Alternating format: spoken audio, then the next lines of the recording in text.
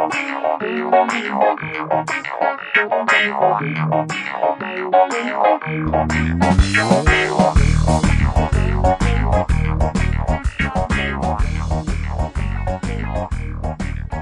morning, this is Bishop Phoebe Roaf of the Episcopal Diocese of West Tennessee, and welcome to Faithfully Memphis. Every Thursday morning, we broadcast on WYXR 91.7 FM out of Crosstown Concourse in Memphis, and we have an opportunity to talk with an interesting guest to learn more about their work and the role of faith in their life. And we always begin the show with a segment called the Saint of the Day. And this week, we want to remember Lucy of Syracuse, who was actually killed for her faith in the year 304. She was martyred at Syracuse, which is in modern-day Sicily, during a period where there were great persecutions against early members of the Christian community. And actually, her tomb is still located in the catacombs at Syracuse in Sicily. We don't know a lot about the details of Lucy's life, but she's really remembered for the purity of her life and the gentleness of her spirit. And her name means light, so she is often considered the patron saint of anyone who may be suffering from diseases of the eyes. I think Lucy really gained prominence in the early years of the church because her feast day was for many centuries the shortest day of the year.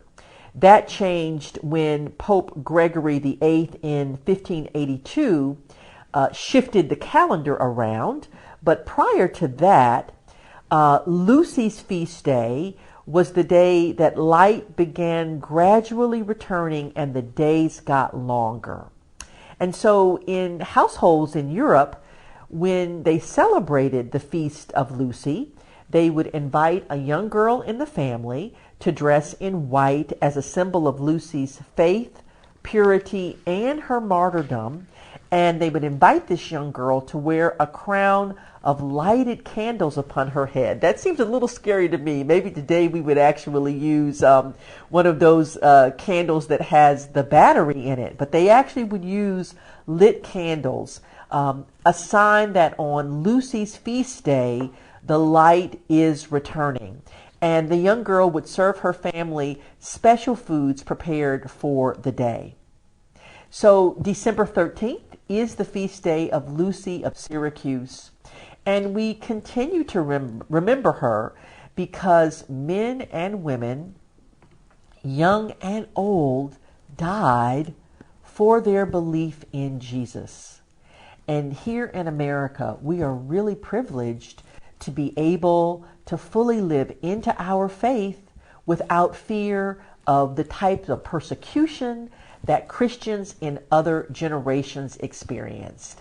So we give thanks for Lucy of Syracuse and those other faithful folks known only to God alone who suffered and sacrificed to continue Christian discipleship. So welcome back to Faithfully Memphis. Our special guest today is Mark Hackett, the Executive Director of Operation Broken Silence. Mark is a native Memphian, and in 2007, he was an aspiring culinary art student when I believe he met a Sudanese genocide survivor. And that meeting, I think, really changed Mark's life and led him to found Operation Broken Silence in 2011. This is a nonprofit organization focused on three areas: storytelling and movement building, education and healthcare, and grassroots advocacy, all with the purpose of empowering the Sudanese people. Mark's favorite part of the work is the people that he gets to interact with.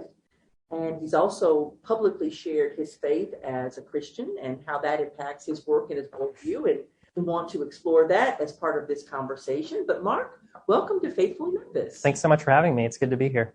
Wonderful. So can you share a little bit about the role of faith in your childhood when you were growing up? Did you grow up in the church? Yeah, so I grew up in a conservative evangelical church, very prevalent here in the South. But it was more of the intellectual side of evangelicalism, not a lot of the cultural things we see coming out of that tradition today. Right.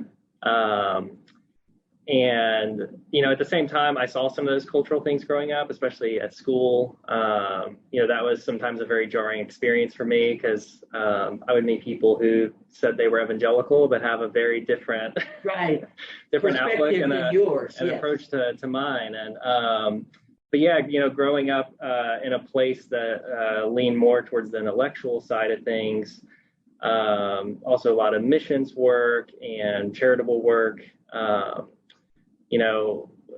As I grew up, wanted to be a culinary arts student. The high school I went to had a great culinary program, and I found a lot of joy in that, and still cook some today.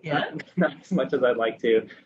But then I met someone from Sudan and heard his story. He was from the Darfur region, which is Western Sudan. At that point, the genocide was still pretty heavily going on there.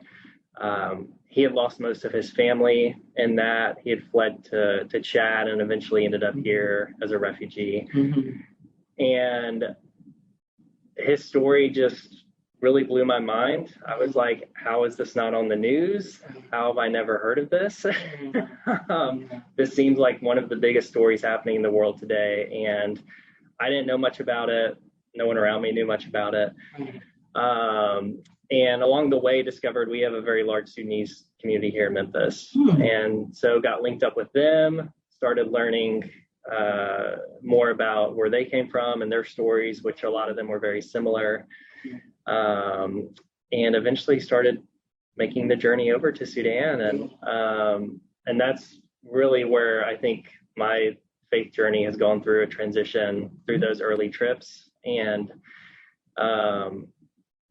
seeing how deep human suffering can be, the reality that we are born into situations that are very unfair, and that certain people up for failure just because of the way they look or where they're from or what they believe. You can be born into environments where those things can, because of the broader government or the culture around you, those things can work against you. In the church, we say persecution a lot, oppression, those words are very, very familiar to the Sudanese. So you and I share the experience of having been to Sudan. I got connected because my alma mater, Virginia Theological Seminary, always has international students. And one of their students ended up being the Bishop of Rink, which is in the southern part of the country. And so when I went in 2007, that was before they had divided the country into Sudan and South Sudan. And so flying into Khartoum, I have to say that airport is one of the scariest places I've been in my life. And just driving south on the one paved road and getting to Rink to actually teach Sudanese priests who had been ordained when they were in the refugee camps in Ethiopia, having walked there, which is crazy, because they were great speakers and preachers, but they hadn't gotten the intellectual or academic side of it. And so that bishop had approached Virginia Theological Seminary about sending seminarians there to sort of, after the fact, help equip these men and women, because he was also ordaining women to be better priests and pastors. And it was a transformational experience for me. And I just wonder, what was it in particular that struck you about the people? Because I fell in love with the people. And something I'm hearing you say in that is there's something about Sudan that once you've been, it never leaves you. It doesn't. And I've thought about that a lot over the years and agree that it's the people. The people we work with, especially in Sudan, historically, if you've been Black in Sudan, if you've been Christian in Sudan, if you've wanted an education, if you're a journalist, if you're a pastor, whatever, all those things put a target on your back. Correct. And a lot of the people we work with in Sudan are all of those things. Right. So they've had multiple targets on their back. But meeting those people, seeing the environment they've come out of, going into one of the war zones, and into the refugee camps, and seeing, yes, the pain and the suffering, but also this resilience and this refusal to give up in the face of all of it. If there's a group of people in the world who at this point would say, like, we're done, like we either want our own country or we're just going to move out of this place, like, I mean, these people probably have the right to do that, and they haven't. They've chosen to stay and try to turn this thing around. Yeah. And there's something about that type of hope that the hope that's in your bones, I guess, that's very contagious, and you want to do anything you can to help those people succeed as best they can. I think the depth of joy, yes, and the conviction of their faith was just humbling. And I was there ostensibly as the teacher, the professional, but of course, as always happens, I learned far more than anything I conveyed. When I was there in 2007, that version of the Civil War had recently ended. And so there's this one paved road going south, and then once you get to Rink, there's no running water. There's very limited electricity. There are no hospitals. There's no trash collection. I mean, all of the things that we just take for granted in terms of infrastructure here in the West, they don't have. And so we ended up staying with the family of a priest who was the head of the school where I was teaching at that time, because of course there are no hotels. And it was so humbling. You fill up your bucket with boiling water that a woman has sort of warmed up, and you just pour it over your head, and that's how you shower. And the regular Sudanese bathroom, for those of you who haven't been, is like a little tiny room with a hole in the ground. And there's no running water, there's no electricity. You have to have really good thigh muscles because you just have to squat. But they were nice enough, knowing 2 Americans were coming over, to just place a toilet bowl on top of the hole. And then in order for us to flush it, we had to take water from a bucket and pour it down. So I remember for several years when I came back from that experience, being so mindful of turning off light switches and not letting water run, and just realizing how much privilege I have that I can walk into my house and turn on a light switch and turn on a faucet. It was amazing.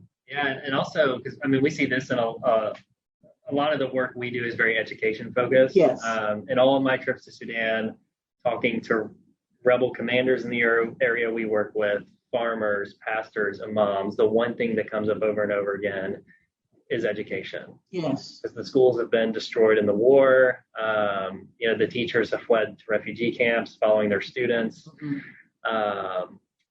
And here we have schools everywhere. We have public schools, we have private schools, we have homeschool, we have universities, we have all these educational experiences. And there, the 2 schools that we sponsor in Ida refugee camp, last year there was a wait list of over 1,000 students to get in those schools. And those are just the 2 schools that we support. And, coming back over the years, that's something I've been mindful of, especially I speak in school environments and universities a lot. It's just like, we get to just walk in buildings where teaching just happens, and people get paid to do this. And some students pay to come to this, some, it's provided, publicly, and it's just so available to us. And we almost take it for granted. And there it's not. So give us a sense of some of the projects that Operation Broken Silence is really involved in right now. So, I was just talking about education. So our flagship program, so in Ida refugee camp, which sits on the South Sudan border, there's about 50,000 people living there today. When we first got involved there was about 250,000 people living there. And throughout these past several years, we've been the only nonprofit in the world that supports community-led education in Ida. Mm-hmm. So, we go into Ida, we find Sudanese teachers and say, what can we provide to you to help what you're trying to do grow and meet the needs of more students, and then try to get out of their way as fast as we can. Because, you've been to Sudan.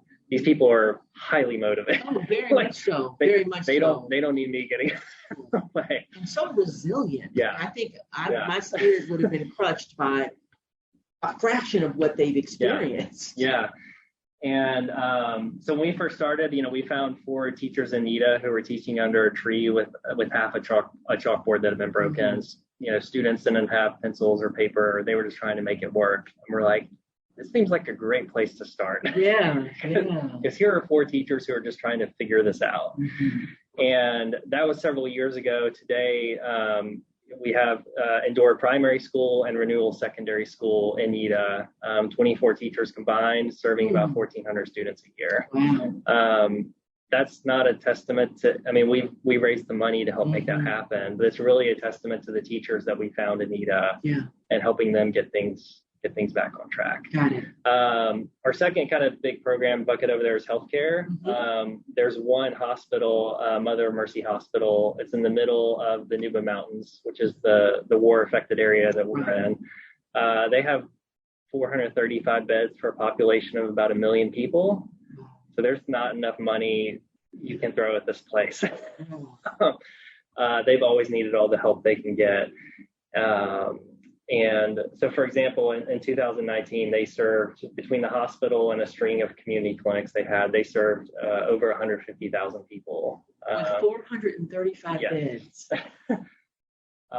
Everything from vaccines to bringing new children into the world to cancer treatment. This place is it is insane what they're able to do with so little. So those are the 2 big areas we focus on, education and healthcare. Those are obviously 2 building blocks of any society. Right. But we were led to those places because we met Sudanese on the ground there. Again, high-level rebel commanders who are just trying to keep their people safe, to the ordinary farmer and everyone in between. She said education, healthcare, education, healthcare, education, healthcare. And we've just kind of followed their guidance into those places, and it's really been humbling to see, with frankly the minimal resources we provided, how far they've been able to take and grow things and help people. Right. So I would imagine that some of these situations could be a little scary. You're talking about sort of rebel commanders. What do you have a spiritual practice or a spiritual discipline that sort of helps you enter into this situation that's so far outside of our regular comfort zone? Yeah, so my first trip over to Sudan was in 2012. Okay. So at that point, the war in the Nuba Mountains had been going on for about a year. Mm-hmm. And those first few years of the war were really, really brutal. Right. That's when something like 20% of the entire Nuba population had fled the area. It was a massive group of people coming out. And on that trip, that was my first time to Ida refugee camp, which at that point was just booming in size. So many people, 1,000 people coming in a day at one point. And we crossed the border into the war zone, technically illegally. The Sudanese government has never wanted outsiders to come in and see what they're doing. I remember right when we were about to drive in, the night before, you could hear the bombing happening across the border, and just thinking in my head, like, what have I gotten myself what have I gotten myself into? But as we started driving, this kind of peace just came over me of like, I am in such a position of utter powerlessness right now. Mm-hmm. And that was just a taste of what these people were living through. And realizing, like, if there's ever been a time where I've been completely in God's hands, like, this is it. And I just have to trust that he's going to keep me safe. And if not, this is my time to go. Like, that's not my decision. And I'm here to figure out what we're supposed to do and how we're supposed to help. So I just need to focus on that. Doesn't mean trips like that have been easy or times they haven't been scary. Like I've seen especially in those first few years, warplanes flying over and jumping into foxholes with all the people living there. Right. That is a surreal experience. Yeah. But again, the resilience of the people there, and, while it's sad to see kind of the casualness of like, oh, there's a warplane, we go to the foxhole, and that's just what we do. Right. There's something definitely really painful about that. Yeah. But there's something also beautiful about like, hey, there's this bad thing that's happening to us, but like, we're going to focus on that as actually little as possible. Yeah. And how do we lift ourselves up here? And so, between understanding my powerlessness and seeing how these people deal with their powerlessness, I've learned a lot of lessons about how to kind of handle yourself in environments like that. Yeah, yeah. They definitely put all their faith, hope, and trust in the Lord. Oh, yeah. Because there's nothing else that they have, literally, other than themselves and God. I felt on that first trip, especially going in, feeling like I was strong in my faith, realizing about 10 seconds into that trip, like, I don't know anything about it. Yeah. Compared to these people, like I have figured nothing out. So. Right. Yeah. And I understand now that you're a husband and a father. Yes. So, is that sort of impacted your willingness to maybe put yourself in some of these positions where you're having to dive into foxholes? Yeah. Well, thankfully, I think the situation in Sudan has changed some the past few years. So I haven't really had to think about those things too much. So in 2016, the part of Sudan we worked in, there was a ceasefire agreement signed, which has never been perfect. It's been broken a lot, but it did stop the aerial bombing, which was causing a lot of the problems, and a lot of the large-scale fighting has essentially stopped. So things there are a lot quieter than they were in the early 2010s, I guess. So as I've become a husband and a dad, our oldest is 6. Our youngest is 3. Sudan has kind of quieted down with that, which sitting here talking about it, realizing what a blessing that is. I haven't even really had to think about that. Now because of COVID and obviously haven't been recently. Right. But yeah, I mean, as a dad, especially because we do so much work with education over there.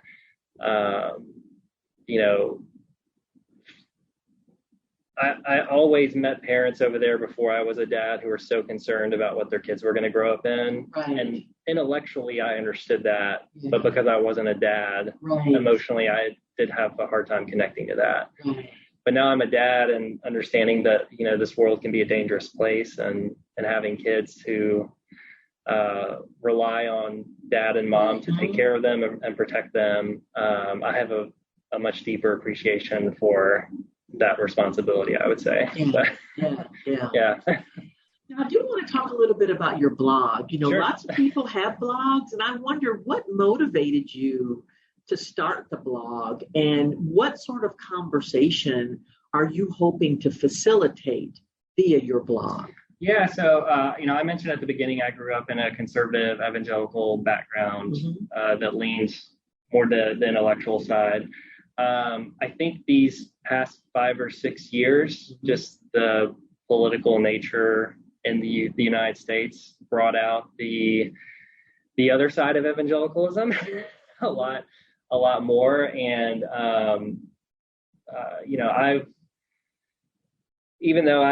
I probably started departing conservative evangelicalism 10 years ago. I still found myself in a lot of those places, and I met, I knew a lot of people who were okay with what was happening politically here in the U.S., but I also knew a lot of people in those environments who were confused by it, who weren't okay with it, were struggling in it.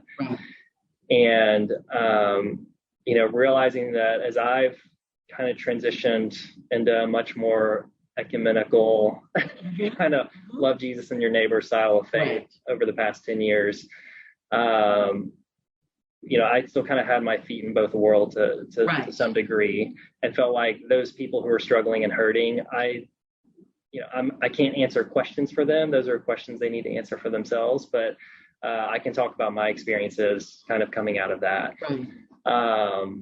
And I would say the past 2 years, especially as we've watched American evangelicalism just shatter for all kinds of reasons that have been boiling up for decades now. Just realizing I'm in a position where I can help some people figure some things out, and I'm probably going to make some people mad along the way. I write about some things that evangelicals find very controversial, even though I don't find them. So can you give me an example, of one topic that an evangelical would find very controversial? Sure. So, kind of a mainstay of conservative evangelicalism is complementarian theology, which is, men are only allowed to teach in the church and lead in the household. I disagree with that. But I have seen in some cases where for some people, that's how they want to live their faith, and it actually does work. Yes. I have seen more of it not working. Yes. Yes. And it seems to be right now, from the Southern Baptist Convention, all facets of evangelicalism, there's a lot of stories of sexual abuse coming out, of every type of abuse coming out. And it seems to have touched everyone but older white men. So women have been hurt by this, children have been hurt by this, younger white men have been hurt by this. And so that comes up a lot in my writing of trying to connect the dots between complementarian theology and the abuse that we're seeing. And my belief that complementarian theology actually sets a lot of people up for failure, including the people who end up becoming abusers, because they're incentivized to engage in certain types of abuse sometimes. And for some, that's made some people mad, which, in our polarized age is to be expected to a certain degree. But I think it's also helped some people kind of understand how oftentimes in evangelicalism we separate orthodoxy from orthopraxy. Yes. And so for our listeners, orthodoxy is what you believe. But orthopraxy is what you do, how you live your life. And a lot of my writing, what comes up is showing that those two things are not only connected, but often connected in ways that we don't even understand ourselves. I would agree. And so that is just one issue that comes up a lot in my writing, and especially it seems to be younger evangelicals who have experienced some really nasty things said to them the past few years, or even worse forms of abuse. That's been able to speak into their lives, hopefully positively, and help them start thinking deeper about some of the things that they've been taught. I definitely agree. I mean, I think your worldview absolutely affects how you move through the world. So for example, if you really believe that God is fundamentally judgmental and vindictive and looking to zap you with every mistake that you make, you're likely to do that to others. But if your fundamental worldview is that God is gracious and loving and merciful and compassionate, and a God of second and third and fourth and fifth and sixth chances, not just for you, but everybody else, you're more likely to demonstrate that as you go through the world. So I would say, as someone who is a person with power and privilege in the church, I and those who have authority and responsibility in the church in terms of leadership, we will be held accountable, I believe, by God for the ways in which we are shepherding God's flocks. And it's a scary responsibility. And I mean, I'm not perfect and nobody's perfect, but the teachings, the things that we say, the things that we teach, they have real life implications on people's lives. And also understanding too that people can hear from a pastor or someone like yourself on a Sunday, what are they listening to the other 6 days of the week? That's true. And that's something else that we've seen come up in evangelicalism in the past few years, especially, is a lot of, I think, genuinely good-hearted evangelical pastors realizing, actually these people come and listen to me on Sunday, but the other 6 days of the week, they're listening to conservative talk radio. Exactly. And not just conservative talk radio, but the far right extreme. And But, when you start thinking about the power dynamics in the church and what are we really being discipled by, I think when we start thinking more deeply about those things, I think it doesn't really matter what faith tradition you're in inside Christianity, you're going to probably start seeing some things that are concerning or that you don't like. So. Of course. And I think that COVID has really stripped away the facade of a lot of things, including bad practices in the church. And we know that the church needed to be reformed for a while. Yeah. And COVID has just really pushed us into that. And so as difficult as COVID has been and as much suffering as there's been, we have a real opportunity. And not every generation can say the decisions that we make could have a fundamental impact on the future of Christianity or whatever your faith tradition is. But I think in our generation, that is the case. And so while it's really hard, it's also very exciting to me to be a part of, in some small way, influencing the trajectory of the church. Yeah, you just said the word reformed. And I think for a lot of people coming out of the environments I came out of, the word right now is deconstruction, which is breaking down everything we were taught. Yes. Is it like what was good there, what was bad there? Yes. How do we move forward as we question essentially reality for some, for lack of a better word? You're right. But the past few months especially, I've really been thinking, even looking back to the Protestant Reformation, and other times in history where the church has been in a lot of internal upheaval. Yes. And I can't escape the thought that we're in the beginnings of some sort of reformation, at least here in the United States. I agree. I think we're in kind of the tearing down phase and the examining phase right now. And I don't honestly know what's going to come after that. I don't think anyone does. But it is an exciting time to be a Christian who gets to participate that in some small way, that what we do over the next 30 or 40 years in the American church is probably going to set the trajectory for at least another 100 years. Agreed. And that is both exciting and kind of terrifying. Exactly. Are you familiar with the author Phyllis Tickle? I'm not, no. She was an Episcopal laywoman, actually, from here in Memphis. And she wrote a book several years ago called The Great Emergence. Okay. And her hypothesis is roughly every 500 years in the church, there's a major transition in the secular world that has unintended consequences on the future of the church. Sure. So you just mentioned the Protestant Reformation. Yeah. There were priests all throughout Europe not happy with the Catholic Church, writing individual letters. But when Martin Luther sort of nailed that letter on the door of that church in Germany, Gutenberg had created the printing press. Yeah. And because that letter got mass produced, it spread all over Europe, which then has led to the proliferation of Christian denominations. And so today, I think if Phyllis Tickle were alive, she would argue the development of the internet and the computers that we carry in our pockets, which are cell phones.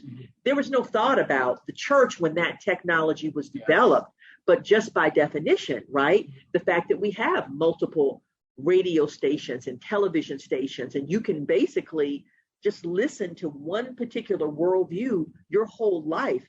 I can remember when I was a girl, everybody listened to Walter Cronkite or Dan Rather. And I remember when Barbara Walters was the first woman, anchor on the news. At least we had a consistent source of news. And now there are so many different voices out there that it's having a major impact on the church. So that might be a book that you would be interested in, perhaps our listeners as well, The Great Emergence. And I think we're absolutely in that era.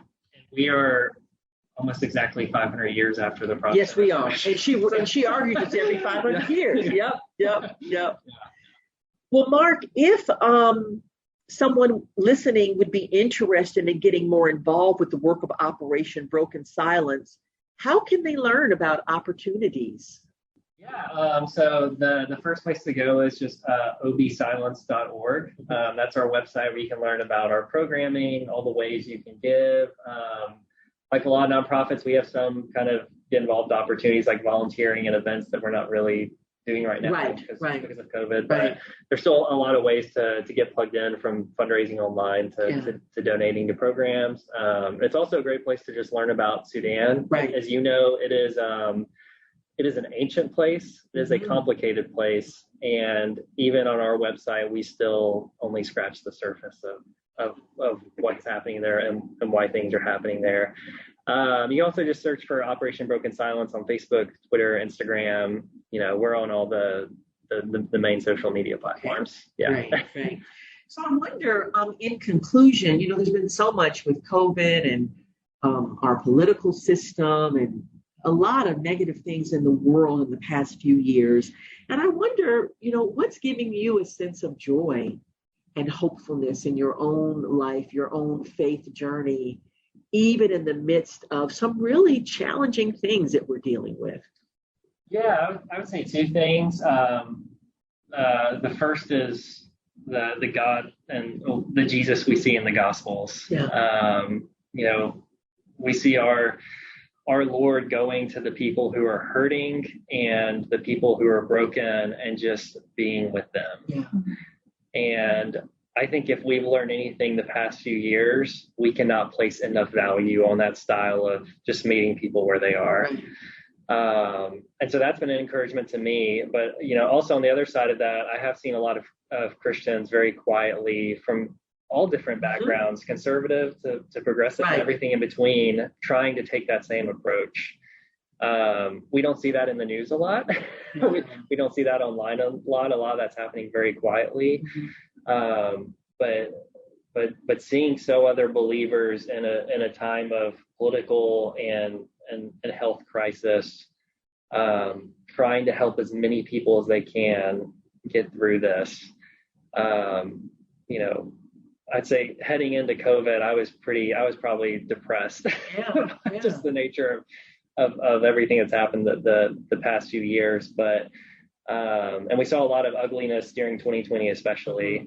But I was really maybe even privileged to see a lot of Christians saying, like, I'm done with the negativity. I'm done with fighting. Like, I'm going to try to live for Jesus, and I'm going to mess up a lot along the way, but I'm going to try to make this work. And that has given me a lot of hope, of like, God is not done with the American church, whether it's evangelical or Episcopal or Catholic, whatever it is, he's not done. So. Excellent. Well, Mark, thank you so much for your faith journey and your willingness to really live your faith in concrete ways, and many blessings on your ministry moving forward. Oh, thank you so much. And thanks for having me. Thank you for tuning in to another edition of Faithfully Memphis. Just a reminder that you can listen to this podcast on any platform where you listen to other podcasts, including Spotify and Apple Music. So we encourage you to listen and also to like us or follow us. And please do tune in next Thursday, December 23rd, when we will be bringing you a wonderful concert, the Rhodes College 35th Annual Christmas at St. Mary's concert, which was actually held on December the 5th. We will be broadcasting that on December 23rd. Beautiful music to get you in the holiday mood. So until next week, stay positive and stay healthy.